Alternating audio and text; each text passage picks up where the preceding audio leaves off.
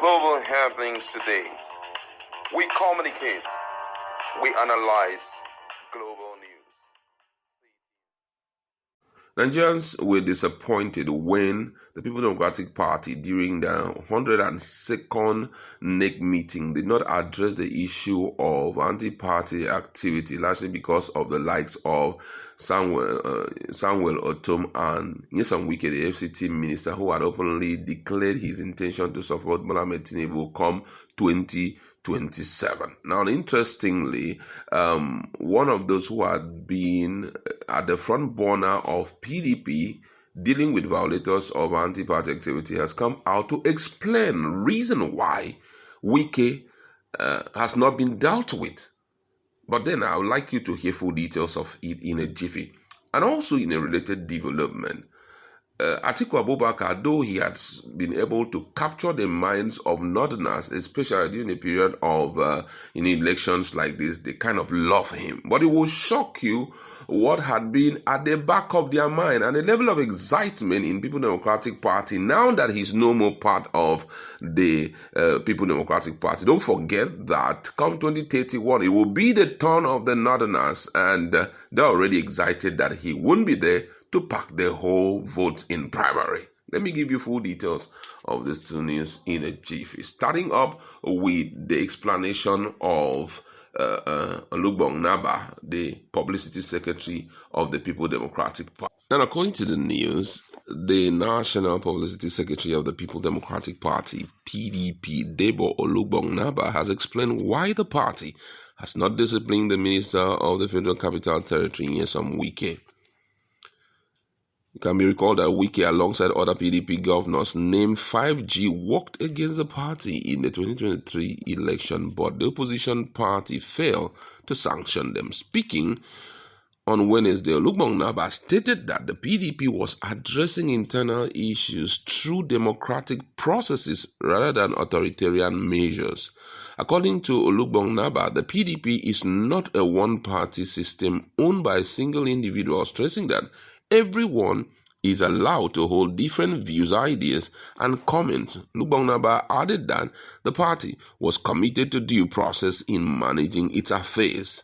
According to him, and I quote, he said, "We are following through and solving our problem methodically in a democratic way. This is not a command structure because it's not a one-party system owned by one individual. You are going to have different views, different ideas, different comments, and you try to ensure that you bring all of these contestations of views and ideas together. I struggle not to go into personal issues. However, straight to the point, this party is based on organization and processes, and we have strived very strenuously to follow those processes, leading to this new arrangement of a national convention, which is elective and has been scheduled for Ibadan on the 15th and 16th of November 2025. Every organ of this party, every stakeholders were informed of the development and specifically invited." Also, in a related development, a chieftain of the People Democratic Party in Kano State has opened up on the Atiku's dominance through the past primaries, preventing other northern leaders from contesting under the party. Abdul Jabbar Rufai, a chieftain of the People Democratic Party, stated this in an interview reacting to the resolution of the People Democratic Party National Executive Committee at its 102nd meeting on Monday, which zoned the 2027 presidential ticket to the south. It has been reported that NEC also retained the current National Working Committee headed by Ambassador Umar Damagum. Rufai noted that Atiku's influence in PDP's internal politics had long discouraged other northern aspirants. In his words, he says, "For a long time, Atiku overshadowed other northern leaders during PDP primaries. Now that he has resigned of his own free will, there is space for others to step up. In the past, whatever Atiku said was what did not follow in PDP. That is no longer the case." The PDP Kano stalwart admitted that zoning the presidential ticket to the south could affect the party's fortune in some northern states. In his words, he said, of course, zoning the presidency to the south may affect PDP chances in parts of the north, but the APC will also be affected, especially if Atiku contests under the ADC. At the end of the day, it will depend on who emerges as the candidate after the primaries next year. Wow, my colleagues in the house. And we just want to talk about this. Now, before now, there was so much outrage. Wike should be suspended. He's involved in anti-party activity. So much talks left, right, center that he has contravened the provision of the Constitution of the People's Democratic Party. But right now, it seems as though everything is changing. Lubang Naba now is talking about following up the issue methodologically. That's they have to follow it as it has to do with the views, the comments, and everything of those involved. No more following it based on the constitutional provision. Do you think that this watered down statement by Lubang Naba is traceable to the fact that most of the committees meant to discipline Wike, his supporters, or let me call them loyalists, are there? Well, the truth be told, it's just like saying that because the people said a former criminal should be spared because she shared the money to the citizens, and the other criminal, though also a criminal, but did not share the money. Therefore, the one who was a criminal but shared the money to the masses should be spared. When there is a constitution in the land that governs the issue of criminality, anti-party is anti-party, and there was a provision in PDP constitution concerning anti-party activity.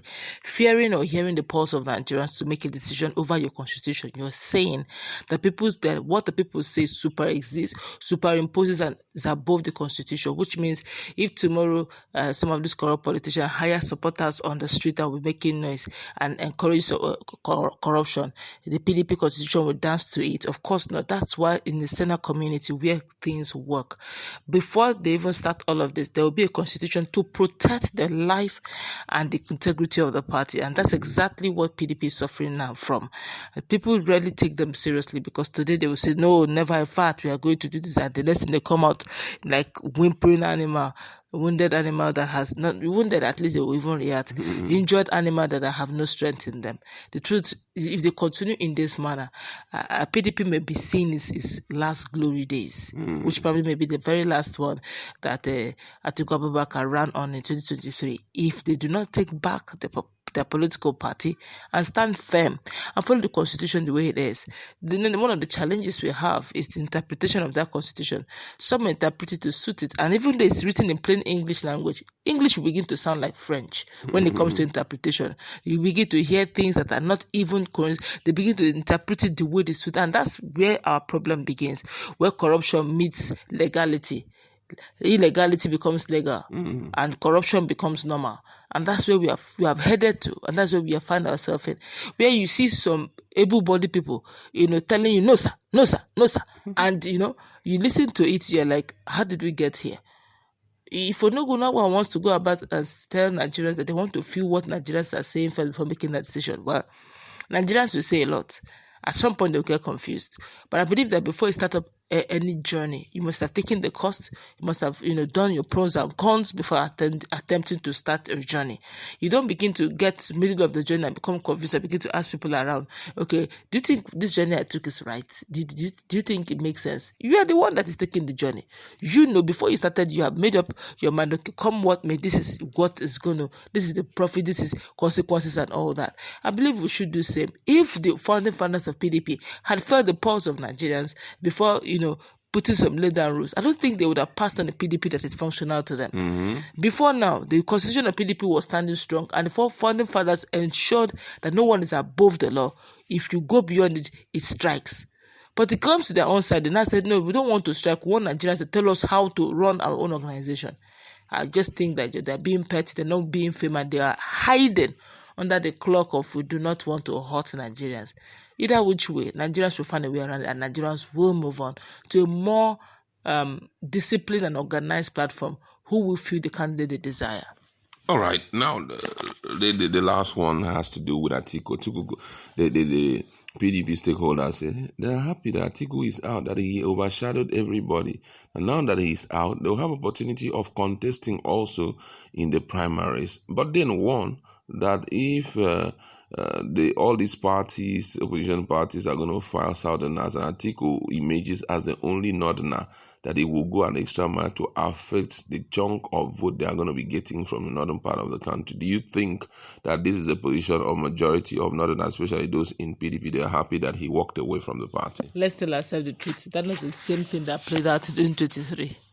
And if you want to call a spade, we all saw what Peter Obi did. It's the son of the South. There's a written constitution. Personally, I've made up my mind. This is just my personal view.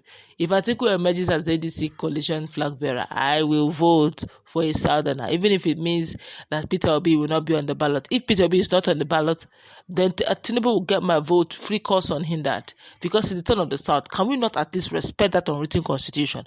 If you notice, anytime the North is the son of the North, go and check. Really, all major parties southern politicians step down for the politicians for the north. You think they don't have people to feud? You see the time of Buhari, PDP feuded in Northerner, APC feuded in Northerner. Other Southerners, they just calmed down, and that's why you see Rufai saying, "Look, we have been doing this. It has been a rotation. Why are we stopping now?" And you think that the Southerners would now just say, "Okay, it's okay because it's Tinubu." Buhari did 8 years, complete, no interruption. Why shouldn't a Southerner complete the 8 years without interruption? All right, that's what we'd like to leave.